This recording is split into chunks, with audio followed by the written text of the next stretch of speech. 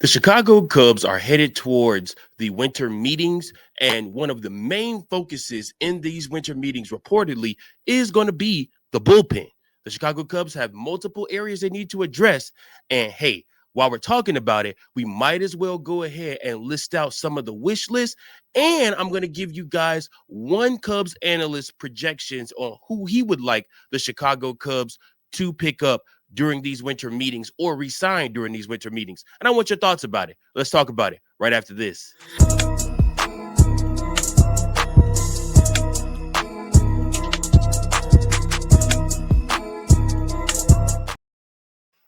Welcome in, everybody, to another episode of Chicago Cubs Central, your number one spot for all things Chicago Cubs. Hey, if this is your first time watching one of these videos, do me a favor. Go ahead, hit that like button, that share button, and that subscribe button so that you never miss any of the action, any of the rumors, any of the reports, or any of the news when it does officially break right here on Chicago Cubs Central. You guys want to make sure this is your number one spot for all things Chicago Cubs. And I'm your host, Mike Jones. Thanks so much for tuning in, guys. I appreciate each and every last one of you so much. You guys mean the world to me. Now, with that being said, the Chicago Cubs in 2025 had huge success with their bullpen, primarily because they signed a lot of people to 1-year contracts, and they basically had to do a bunch of reclamation projects. Some worked out, some didn't. There were guys like Eli Morgan that we thought were going to be mainstays on this bullpen. We thought that, trading for Ryan Presley was going to be something for this bullpen. We thought that these pieces like Porter Hodge would work out for this bullpen. And unfortunately, when it came down to it, they didn't. Now, there were other pieces that absolutely worked for this bullpen. Andrew Kittredge, who got traded back to the Orioles. You also look at Daniel Palencia, for the most part, looked pretty strong this season for the Chicago Cubs, found his way in his spot. Brad Keller, who I did an episode on 2 days ago, he definitely found his way with the Chicago Cubs roster. Now, we also have to look at Caleb Thielbar as another piece. The guy, he is aging, but still is planning to pitch in 2026 and is out there looking for a contract and could very well end up back with the Chicago Cubs. Now, from what I've heard, Lance Brozdowski, a Cubs analyst, was featured on the Marquee Sports Network, and he broke down who he thought the Chicago Cubs ought to go after and what his wishes were for a bullpen vision. Now, I'm going to list these names out to you. We're going to talk about each and every last one of them. And then I'm going to ask you guys, do you think it's realistic that the Chicago Cubs sign these guys? And do you think it's realistic that we can expect to win with these guys? We're going to list some pros and some cons with each one of these pitchers. So, first and foremost, I've already done an episode on him, so I won't spend too much time on her. But Lance has Pete Fairbanks as the Chicago Cubs closer in 2026. In 2025, Lance had a 2.58 ERA, a whip of 0.97, 78 strikeouts, 19 walks, 34 saves. He appeared 55 times. His fastball velocity was somewhere around the ballpark of 94, 95. So again, somebody that you looked at and you said to yourself, he absolutely could be a closer for the Chicago Cubs in 2026. Now, again, he will come cheaper than a lot of the other closers, your Robert Suarez's of the world, your Edwin Diaz's of the world, your Sir Anthony Dominguez's of the world, guys like that are going to cost a pretty penny. He will come considerably cheaper than those guys for the Chicago Cubs. And you already know this front office is all about value. They try to find as much value as possible and save a dollar if they can instead of having to spend a bunch. Now, remember, a lot of these pitchers are requiring, and I really don't know why, especially with the lockout coming, but a lot of these pitchers are wanting to sign for 2-3 years. They're not wanting 1-year prove-it deals. So you look at Pete Fairbanks, you could end up seeing a scenario where the Chicago Cubs sign him to 2 years for around $15 or $16 million. So you look at that and you say to yourself, he is a nasty ninth inning arm, and he brings elite velocity and run prevention. So he's definitely somebody that you want to look at as far as the Chicago Cubs go, and needing that lockdown closer, especially if you are going to let somebody like Brad Keller, or Brad Keller does end up just deciding to take another deal elsewhere. that will put Chicago in a bind. But bringing in a pitcher like Pete Fairbanks is somebody that you could absolutely see have success with the Chicago Cubs team. And I believe the Chicago Cubs can do that. Now, next up, Lance had Phil Maton in the 8th spot role. He had a 3.48 ERA. He had a whip of 1.18. He had 69 strikeouts, 32 walks, and 58 appearances. So I'm sorry, I'm reading the wrong listing. My bad. Maton had a 3.12 ERA. He had a whip of 1.09. He had 71 strikeouts, 21 walks, 22 holds, and 62 appearances. So Maton gives you reliability and proven track record in high leverage spots. He's exactly what you want ahead of your closer. So I think the closer spot and the projected setup man spot, that 8th inning spot, both, I like it. I like so far where Lance's head is at with what he would like to see the Chicago Cubs do as far as bullpen pieces. Now, we already know Phil Maton is already a Cub. So Maton is already a Cub. So we already understand that he's there already. But it's what pieces are we putting around Maton to help this bullpen be successful. The next piece that's coming up is Ryne Stanek. So Stanek is the stats I read first. So a 3.48 ERA, a whip of 1.18, a strike. He had 69 strikeouts, 32 walks, 58 appearances. So he is a bridge arm with swing and miss stuff. However, control can be spotty for him. But he does have power. He pitched for the New York Mets. He was somebody that was dependable for them for a majority of the season. But again, when his power isn't there, he will give walks. He will walk you. He will walk a lot of people. And the problem with that is when you go into that 7th inning spot and you see that he's struggling right there, well, then that's a question that you have to ask yourself, okay, what can we do to better that? He would be a reclamation project for the Chicago Cubs. He would also come fairly cheap to the Chicago Cubs. Again, the Chicago Cubs do need somebody that has strong swing and miss stuff. And that's what Ryne brings to the Chicago Cubs. That's what he would bring to the table. He also has a lot of strikeouts.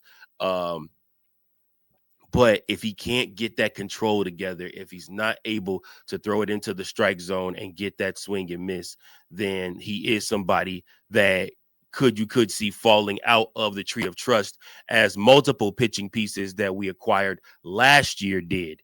So, I mean, one thing about Craig Counsell, him and Tommy Hotovy, the way they work together, they ain't gonna give you too many chances to mess up. You will find yourself sitting in the dugout on the bench or going back down to AAA, or just not playing or not seeing any time at all if you cannot get where they need you to be. And I believe they'll work with you and they'll be patient to an extent, but it ain't at the expense of losing games. Last year, I thought Craig Counsell did a very, very good job managing the bullpen and not allowing guys to keep trotting back out there over and over and over again, just to do the same thing over and over and over again. If you made a mistake 2 games back to back, or a game you skipped a game and you came back that next game, you made a mistake, Chicago Cubs are making an adjustment. And I thought Craig Counsell and Tommy Hotovy did a very, very good job at that. I thought that they gave guys spots and gave them chances to prove what they could do. And the ones that stayed were the ones that proved they could handle the moment, and the moment wasn't too big for them. And so it's imperative that Ryne come in with his head held high, with an opportunity, understanding that if he screws up, the Chicago Cubs are not above DFAing guys if they just don't work out, or trading you. I mean, they aren't above that, and I like that. I like that. There are guys that want to pitch for this team. And like I said, if you can't come in and immediately add to that, then they're going to find somebody that can. Somebody that absolutely added to the Chicago Cubs in 2025 was Caleb Thielbar. Now, the Chicago Cubs had not had somebody with the type of veteran lefty that could just get outs get swing and miss and get outs like Caleb Thielbar in years. It's been about 2 or 3 years. His ERA was 3.27. His whip was 1.11. He had 53 strikeouts, 15 walks. He appeared in 60 games. He had his left-handed batter OPS allowed was .581. So this is somebody that came in and gave the Chicago Cubs a lift out of that bullpen like never before. As much credit as everybody wants to give Brad Keller, rightfully so, for what he was able to do last year, you have to look at Caleb Thielbar and say the same about him. Now, the problem with them, with signing him, and I don't even know if it's necessarily a problem, is his age. I look at how old he is, and you expect eventually a guy that's pitching and turning 38 years old is going to eventually hit a cliff, a ravine, or something, and not necessarily be himself anymore. But I mean, another 1 or 2 year deal to sign Caleb Thielbar to, why not? I mean, see what he has, see what he could give you. The Chicago Cubs had a lot of their success last year based off of what Caleb Thielbar was able to do as far as getting guys out, striking guys out. And Craig Counsell had him as a major part of the tree of trust in 2025. And I think that the Chicago Cubs absolutely will make Caleb Thielbar an offer to come back again this year and be a part of this ball club, especially if he's healthy and if he's still able to pitch. Now, here's the interesting one. Daniel Palencia. Now, Daniel Palencia has been a story for the Chicago Cubs, man, for years now, it seems like. And he's somebody that is still fairly young. And I think sometimes we forget just how young Daniel Palencia is. And for me, I look at him and I look at what he was able to do in 2025 for the Chicago Cubs, an ERA of 2.84, a whip of 1.03, 82 strikeouts, 38 walks, and 61 appearances. He has a power sinker and a wipeout slider. Those are his pitches. But again, he is somebody that you look at and you say he has ace potential. But at the same time, he also scares you because he walks too many batters to be a closer. So in my eyesight, I've mentioned multiple times, I would look at Daniel Palencia adding a third pitch. I think that would fare him really, really well. I also look at him as somebody that can be a relief ace role. Now, what do you mean by relief ace role? Lance Brozdowski broke it down like this. Basically, if you have a big moment in the 5th inning, in the 6th inning, in the 7th inning, or in the 8th inning, or even in the 9th inning, and you need to get outs, you can bring in Daniel Palencia in any of those innings, and he can get you outs. Basically, what he did for the Chicago Cubs in the 2025 postseason. I mean, there was a game, I think, against either Milwaukee or against San Diego where he was pitching in the 5th inning. 5th inning. And he came in and dominated. The Cubs were able to trust him.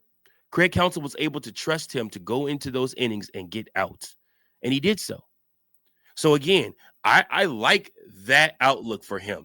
The one spot I'm not sold on is the Ryne Stanek spot. I'm just not sold on bringing him in. So with this bullpen, what do you get? You get a strong left-on-left option with Thielbar. You get a power 7th inning bridge with Stanek.